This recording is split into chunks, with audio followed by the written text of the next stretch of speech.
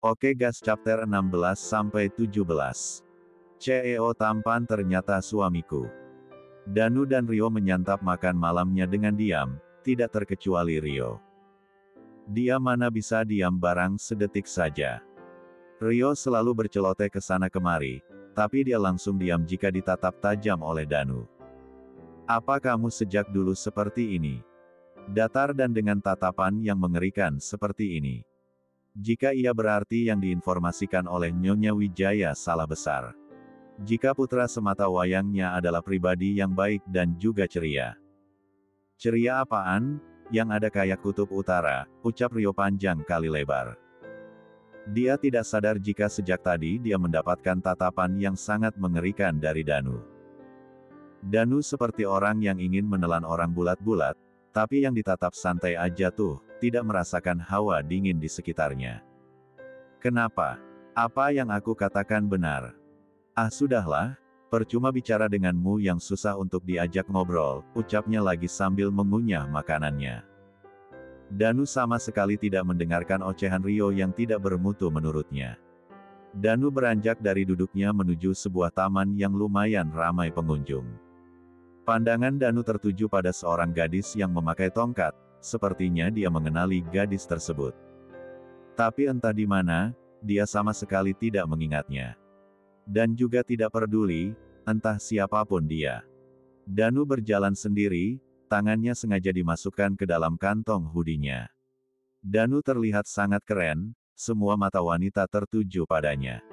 Sedangkan di seberang taman ada sepasang sahabat, yang sedang membeli camilan untuk menemani mereka nongkrong. Mumpung Soraya mau diajak keluar malam, jadi Rina manfaatkan saja.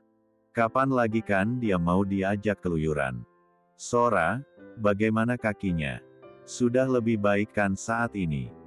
Tanya Rina sambil memakan camilan yang dia beli. Alhamdulillah sudah, ini aku sudah pakai tongkat cuman sebelah aja, jawab Soraya. Oh iya? Apa kamu besok akan langsung bekerja kembali? Tapi lebih baik jangan dulu, kan belum sembuh total, tanya Rina dan memberi saran juga.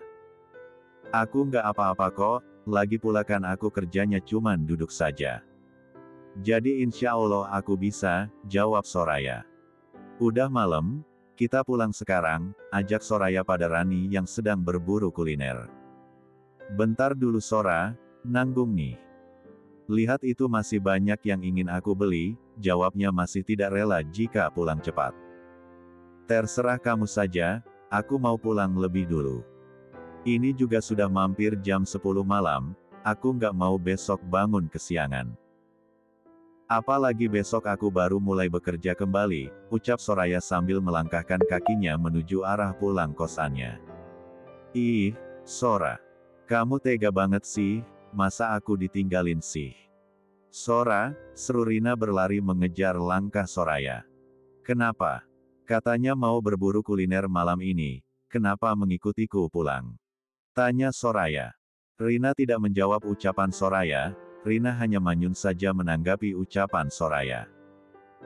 Usia Rina memang lebih tua 1 bulan dari Soraya, tapi sifat dan tingkahnya seperti anak kecil yang suka merajuk. Kalau mau ngambek lebih baik kamu kembali lagi sana. Aku nggak mau lihat muka cemberutmu itu, sindir Soraya, yang berjalan menyusuri taman. Tidak sengaja tiba-tiba ada seorang anak yang berlarian datang menabrak Soraya. Soraya yang tidak siap dan juga kakinya masih sedikit sakit, jadi dia hampir saja jatuh jika tidak ada tangan kekar yang memtigaluk P1 tunggangnya. Allah! Teriak Rina membuat orang yang menolong Soraya segera melepaskan P3 lukannya dan mengambilkan tongkat Soraya. Terima kasih, ucap Soraya sambil menundukkan kepalanya memberi hormat.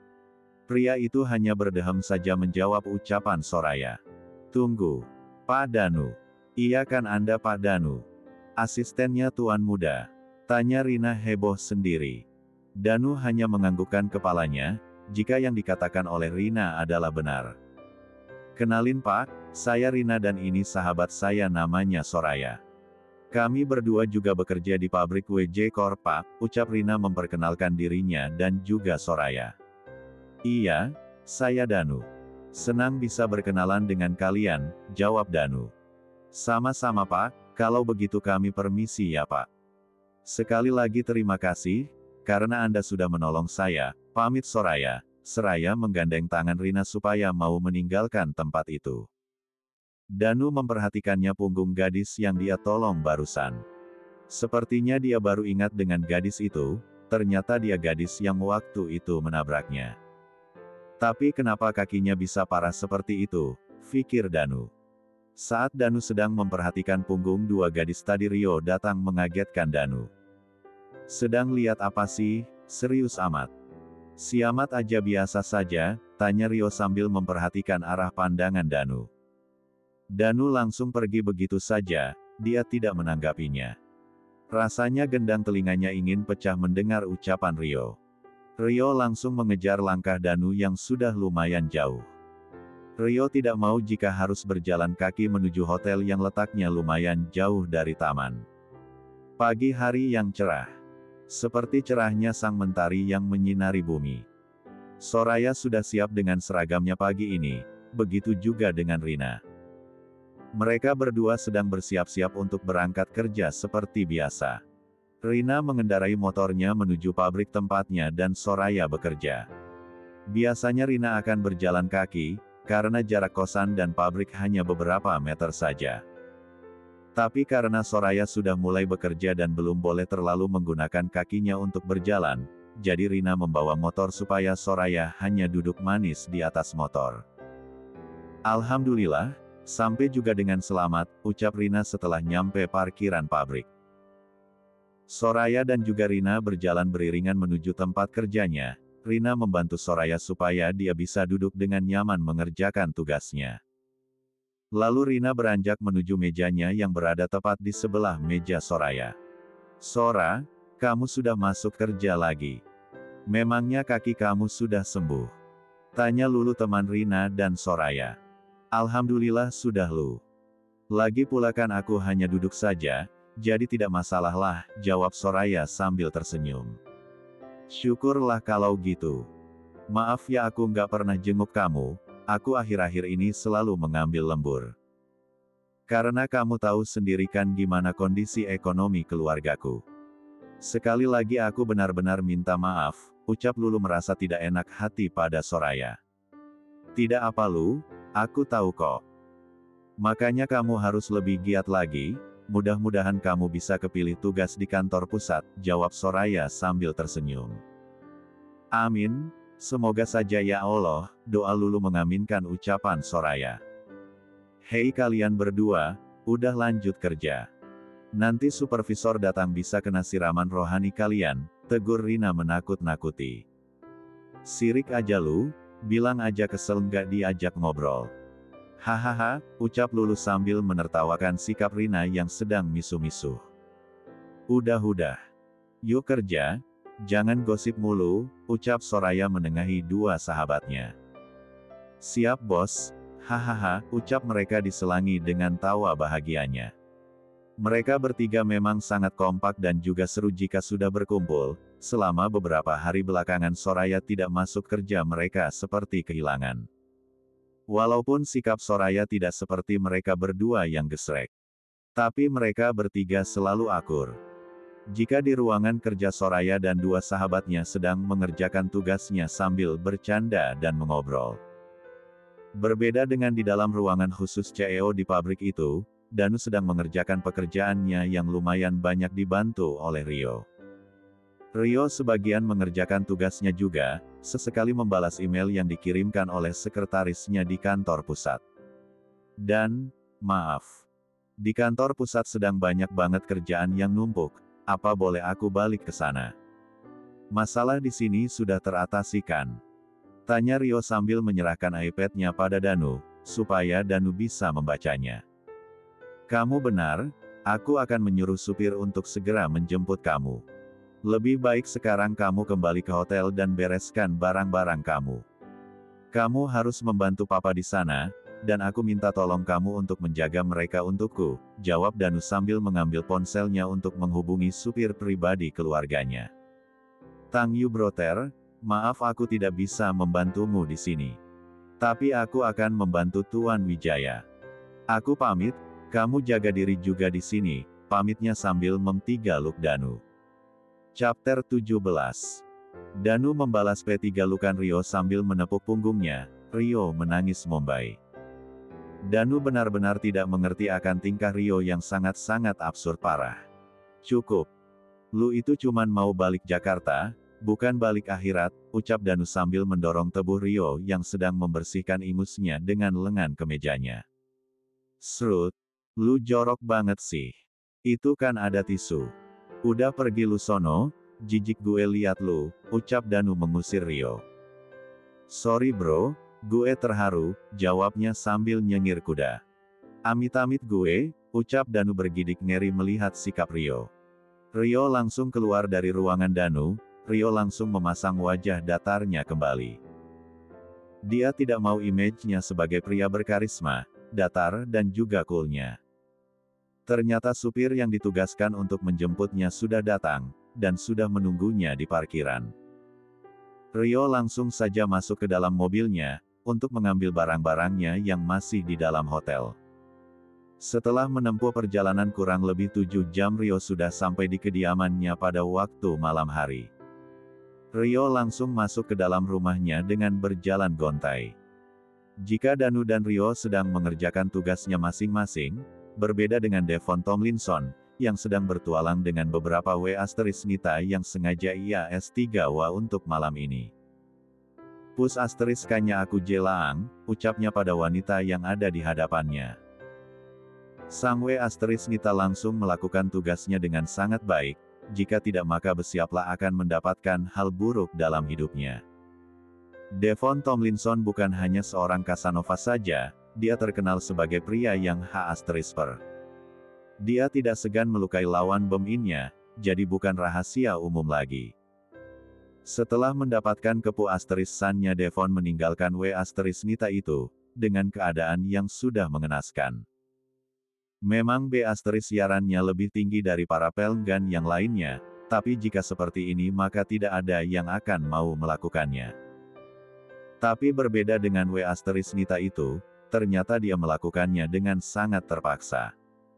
Karena Nita yang ada di klub malam tersebut sudah tidak ada lagi selain dirinya.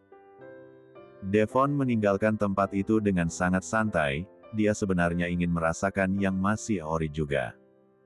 Tapi zaman sekarang mana ada yang masih ori, bagi Devon semua Nita sama saja. Tidak ada yang tulus sama sekali, yang ada hanya uang dan kekayaan saja bagi mereka. Maka dari itu Devon sangat suka sekali melakukan one night stand, dengan beberapa Nita hanya untuk kepuasannya saja. Dia juga merasakan ada sesuatu yang hilang dalam dirinya. Tapi entah apa itu, dirinya saja tidak tahu. Dia bisa melakukan hubungan lebih lama hanya dengan Yulika saja. Gadis cantik dan tidak banyak menuntut apapun padanya, tapi hanya menginginkan satu hal. Pertanggungjawaban saja darinya untuk anak yang sedang dia endung. Ya, Devon mengakui jika anak yang ada di dalam rahim Yulika adalah benihnya. Tapi entah kenapa Devon sangat tidak menyukainya, baginya anak-anak akan sangat merepotkan. Sementara Devon tidak tahu jika Yulika sudah tidak ada di dunia ini lagi, bahkan Devon sudah melupakannya. Tapi entah kenapa dia merasa seperti ada yang hilang dalam dirinya. Tuan, kita akan kemana sekarang? Tanya asistennya yang selalu ada untuknya dimanapun dia berada. Kita pulang saja, aku sudah tidak berselera lagi datang ke tempat manapun, jawabnya sambil menyandarkan punggungnya di jok mobilnya sambil memejamkan matanya. Sang asisten merasa ada yang aneh dengan tuannya, karena tidak biasanya Devon seperti sekarang ini. Biasanya Devon tidak akan pulang di saat waktu masih terbilang sangat sore baginya. Biasanya Devon akan pulang jika hari sudah menjelang pagi, barulah dia akan pulang. Tapi tidak untuk sekarang. Setelah sampai Mainsonnya Devon melangkah menuju kamarnya dengan langkah yang gontai. Setiap yang melihatnya akan merasa aneh dengannya. Tapi tidak ada yang berani untuk bertanya langsung pada Devon. Ada apa dengan diriku sebenarnya? Kenapa aku merasa ada yang hilang dalam diriku? Ada apa sebenarnya? Devon bertanya pada dirinya sendiri. Tapi dia tidak mendapatkan jawabannya, dia benar-benar merasa tidak tahu dengan dirinya. Berbeda dengan Devon yang sedang memikirkan apa yang terjadi dengan dirinya. Sekarang di kota K, tepatnya Soraya, Rina dan juga Lulu sedang satu kemati makan siang bersama di kantin pabrik. Walau mereka membawa bekal dari rumah masing-masing, tapi mereka sangat menikmatinya walaupun makanan mereka sangat sederhana. Sora, Rina, gimana dengan kuliah kalian? Sebenarnya aku juga ingin melanjutkan kuliah. Tapi keluargaku masih sangat membutuhkan bantuanku, tanya Lulu, sambil menundukkan kepalanya. Sabar ya Lu, semoga kamu bisa melanjutkan pendidikan kamu kelak, ucap Soraya menguatkan, dan juga memegang tangan Lulu menenangkan. Iya Lu, kamu harus semangat, mudah-mudahan ada jalannya, sambung Rina, dan diaminkan oleh Lulu dan Soraya. Mereka melanjutkan makan siang mereka dengan diselangi canda tawa bersama. Saat sedang menikmati makanannya tiba-tiba ada seseorang yang datang menghampiri meja mereka. Hai, apa kalian semua tahu jika Sylvia sudah jadian sama asisten Danu yang sangat tampan? Lihat saja di jarinya, bahkan Sylvia sudah dilamarnya, jelas teman wanita yang bernama Sylvia itu. Mereka adalah trio rese, makanya banyak yang tidak suka dengan mereka bertiga. Mereka bertiga adalah modal tampang saja, tapi prestasinya nol besar. Mereka bertiga terdiri dari Sylvia, Cynthia, dan Siva. Mereka adalah biang rusuh dan selalu pamer, padahal kenyataannya tidak ada. Soraya, Rina dan Lulu tidak mendengarkan ocehan mereka bertiga yang tidak bermutu. Mereka tetap melanjutkan makan siang mereka dengan cepat, supaya mereka bisa cepat-cepat pergi dari kantin itu. Setelah selesai menghabiskan makanannya mereka semua menuju ruangan kerjanya, tapi di tengah jalan Soraya ingin pergi ke toilet dulu. Rin, Lu aku ke toilet dulu ya. Kalian berdua duluan aja masuknya, ucap Soraya pada kedua sahabatnya sebelum pergi menuju toilet. Tidak sengaja Soraya tersanduk oleh tongkatnya sendiri, hampir saja dia jatuh mengenai lantai jika tidak ada yang menolongnya. Soraya benar-benar sangat terkejut bukan main sudah 2 kali dia akan jatuh seperti ini. Terima kasih Tuan, sudah 2 kali Anda menolong saya. Sekali lagi saya ucapkan terima kasih banyak, ucap Soraya sambil membungkukkan badannya. Apa kamu tidak bisa berjalan dengan hati-hati? Bagaimana jika saya tidak ada, mungkin cedera kamu semakin parah. Seharusnya kamu jangan ceroboh, ucap Danu malah memarahi Soraya. Soraya dibuat tercengang dengan ucapan Danu barusan, dia tidak tahu menahu. Saya minta maaf Tuan, jawab Soraya. Walaupun dia tidak tahu kenapa Danu marah padanya. Lain kali berhati-hatilah, ucap Danu sambil berlalu dari hadapan Soraya. Dasar aneh, gumam Soraya. Danu juga merasa aneh dengan sikapnya, yang tiba-tiba menjadi protektif pada salah satu pegawai yang bekerja di pabrik WJ Corp. Dia sama sekali tidak mengenalnya, begitu pula sebaliknya. Tapi kenapa dia bisa memarahinya karena dia hampir jatuh 2 kali. 2 kali juga dia menolongnya. Semua benar-benar di luar kendalinya. Bahkan sekarang Danu suka memperhatikannya, di saat dia tidak sengaja melihatnya lewat atau sengaja mengikutinya. Entahlah, mungkin Danu sudah gila akibat pernah dikhianati oleh kekasihnya. Ternyata kejadian itu ada yang menyaksikannya. Danu memotret kejadian itu. Bahkan disare ke grup pabrik, apalagi wajah Soraya sangat jelas terlihat di dalam foto tersebut. Siapa ya kira-kira yang memotret Soraya dan Danu saat Soraya akan jatuh dan ditolong oleh Danu?